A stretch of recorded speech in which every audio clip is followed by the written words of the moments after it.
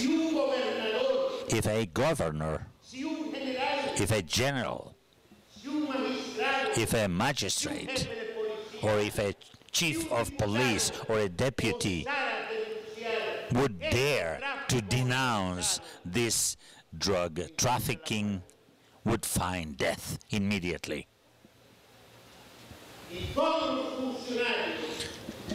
And all the authorities of this route, by force, they become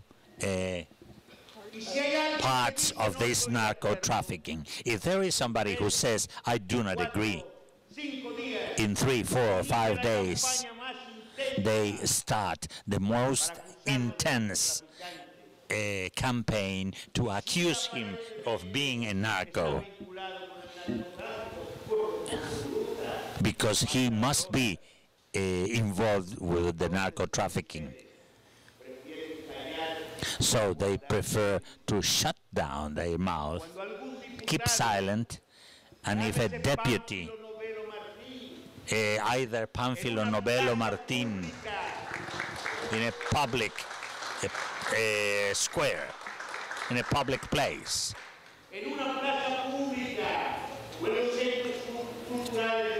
or in cultural center in Valladolid, expose the citizenship to denounce this fact, and he says that he will do it in the state congress, well, you already know what happened to him. And then you would ask, but yes, but they don't, the narcos are not catched. They do not chase the narco trafficking people. That's true.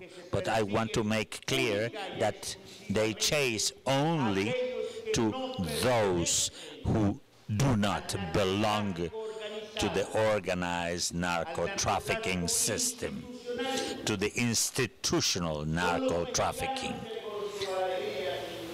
They are the Mexicans with their inherent joy. They say, now we are going to do it by ourselves. So this non-institutional narco trafficking starts taking into the United States cocaine, marine, and heroin the border with the United States, and lowers down the price of such a drug.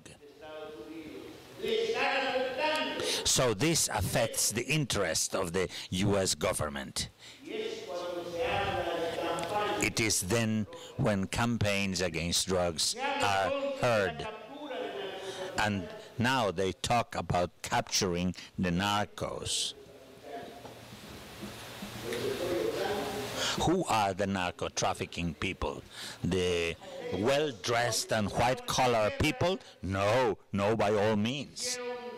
Narco trafficking people are the smaller ones.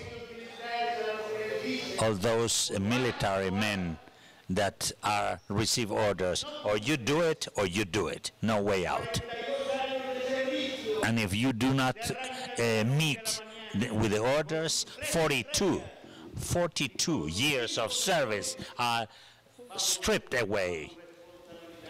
Generals with 3 stars are just kicked out, so all their lives is practically lost. All his career, like the Iranian's man,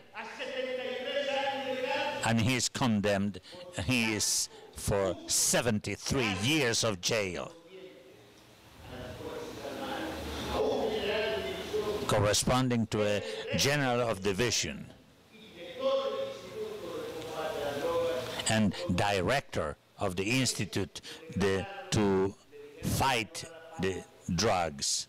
He was degraded and sent to the bench, and all of them participate in this.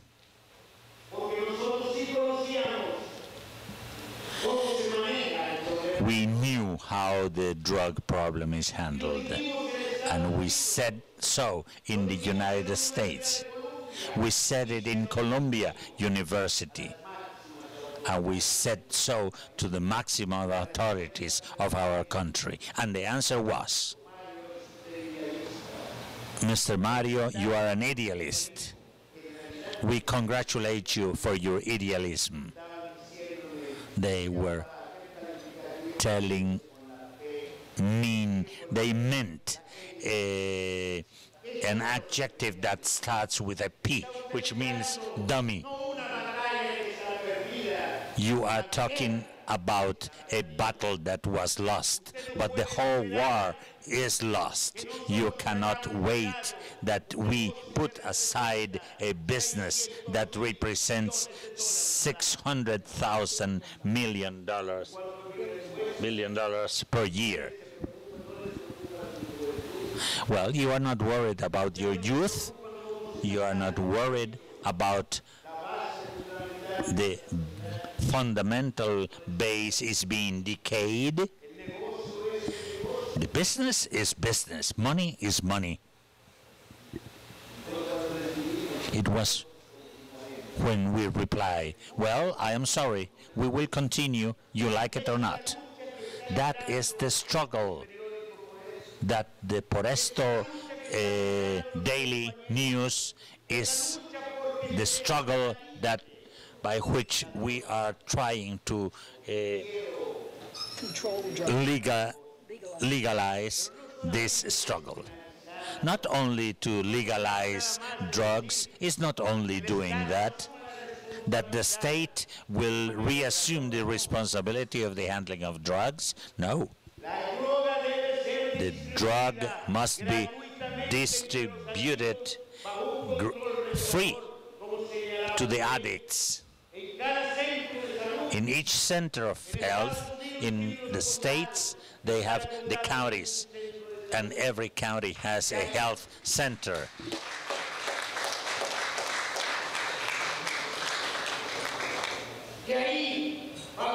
And there, under the medical control, according with the treatment of psychoanalysts, psychiatric psychologists, and the head of that health center must follow the control of all the addicts in his county or parish, and to give a free drug to that person. But at the same time, the state would reassume its historical responsibility and to create the institutes for rehabilitation. And simultaneously, a campaign would be developed to educate, to teach, to guide, to start from this point, that it gets the schools involved, instead that children of 8 years old are distributing cocaine in the schools or in their vicinities, or that young girls start prostituting themselves at that age. And this is happening in Mérida, year 2003. You can get any of those drugs in any school or in its vicinity.